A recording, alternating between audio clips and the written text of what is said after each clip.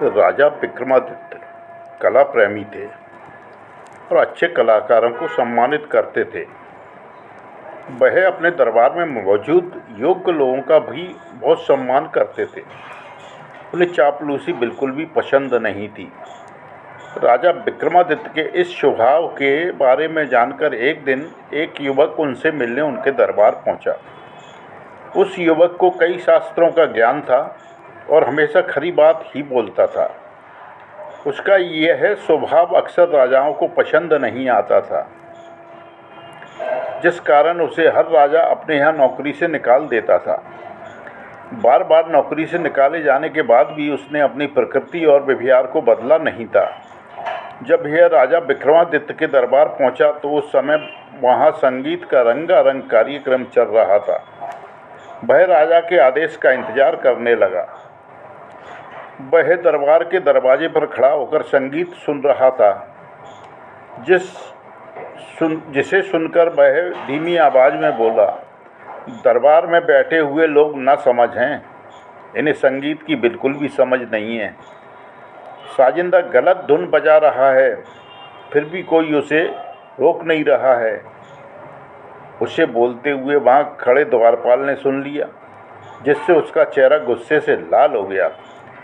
उसने युवक से कहा, महाराज विक्रमादित्य सच्ची कला के प्रेमी हैं और वह खुद दरबार में मौजूद हैं। द्वारपाल की बात सुनकर युवक हंसा और बोला, वह कला प्रेमी हो सकते हैं लेकिन कला पारखी नहीं, क्योंकि साजिंदे की गलती को वह पकड़ नहीं पा रहे हैं। युवक की बात सुनकर द्वारपाल ने कहा कि अगर उसकी बात गलत साबित हुई तो उसे दंड मिलेगा। इस पर युवक ने कहा कि अगर उसकी बात गलत साबित हुई तो वह हर प्रकार की सजा के लिए तैयार है। इसके बाद द्वारपाल ने युवक के बारे में विस्तार से राजा को बताया। राजा विक्रमादित्य ने तुरंत उस युवक को दरबार में लाने का आदेश दिया। राजा विक्रमादित्य के सामने भी युवक ने कहा कि किसी एक साजिंदे की उंगली पर चोट लगी हुई है, जिस कारण संगीत में कम है। यह सुनकर राजा विक्रमादित्य ने सभी साजिंदों को बुलाया और उनकी उंगलियों को देखने का आदेश दिया। जांच के दौरान सच में एक वादक के अंगूठे का ऊपरी भाग कटा हुआ मिला। उसने अंगूठे पर पतली खाल चढ़ा रखी थी। यह देखकर राजा ने उस युवक की बहुत प्रशंसा की।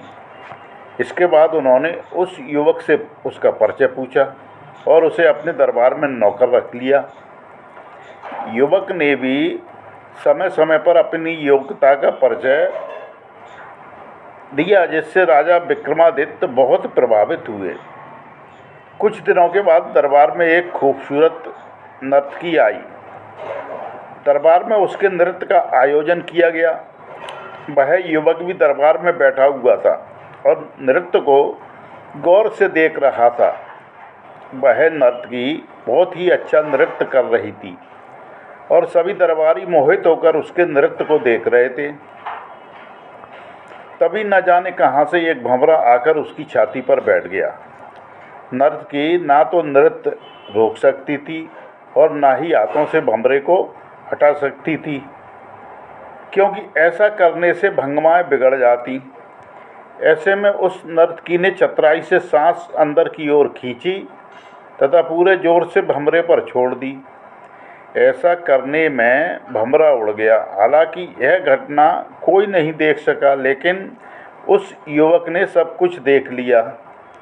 वह नर्तकी की तारीफ करते हुए उठा और अपने गले की मोतियों की माला उस नर्तकी के गले में डाल दी। यह देखकर सभी दरबारी हैरान हो गए। दरबार में मौजूद लोग कहने लगे कि राजा के होते हुए दरबार में किसी और का इस तरह से इनाम देना राजा का सबसे बड़ा अपमान है। युवक का यह व्यवहार राजा विक्रमादित्य को भी पसंद नहीं आया और उन्होंने युवक से ऐसा करने के पीछे का कारण बताने को कहा।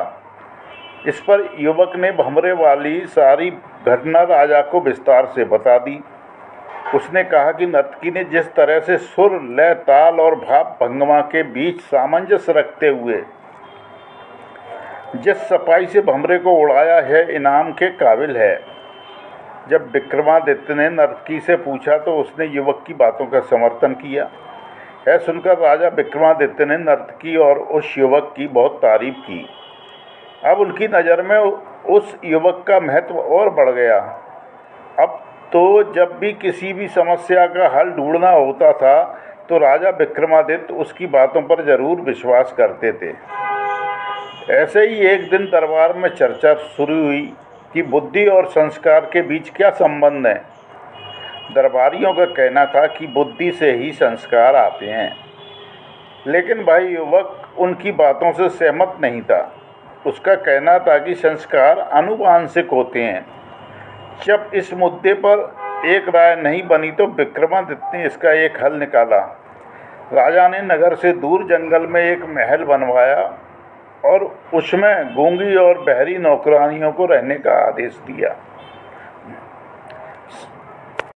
साथ ही 4 नवजात शिशुओं को उन नौकरानियों की देखरेख में रखा गया। इनमें से एक बालक राजा विक्रमादित्य का था, जबकि एक महामंत्री का, एक कोतवाल का और एक ब्राह्मण का था। जब 12 वर्ष के बाद चारों बच्चे दरबार में पेश किए गए तो राजा विक्रमादित्य ने बारी बारी से उनसे पूछा, क्या तुम ठीक हैं? चारों ने अलग अलग जवाब दिए। राजा के बेटे ने कहा, सब कुशल है। वहीं महामंत्री के बेटे ने कहा कि यह संसार नश्वर है, जब आने वाले को जाना है तो कुशलता कैसी।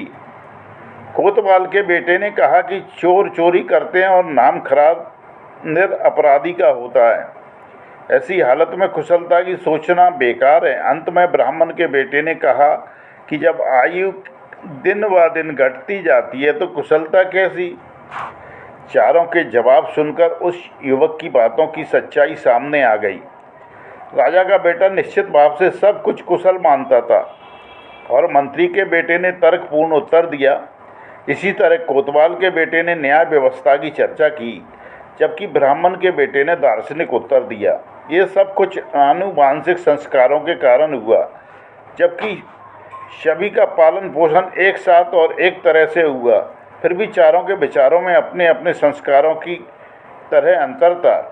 इस प्रकार सभी दरबारियों ने मान लिया कि युवक बिल्कुल सही है। कहानी से सीख मिलती है कि जो व्यक्ति हमेशा सच बोलता है और गलत का साथ नहीं देता है, उसका हमेशा समर्थन करना चाहिए। ऐसे लोग कभी भी गलत सलाह नहीं देते हैं और हमेशा सही राह दिखाते हैं।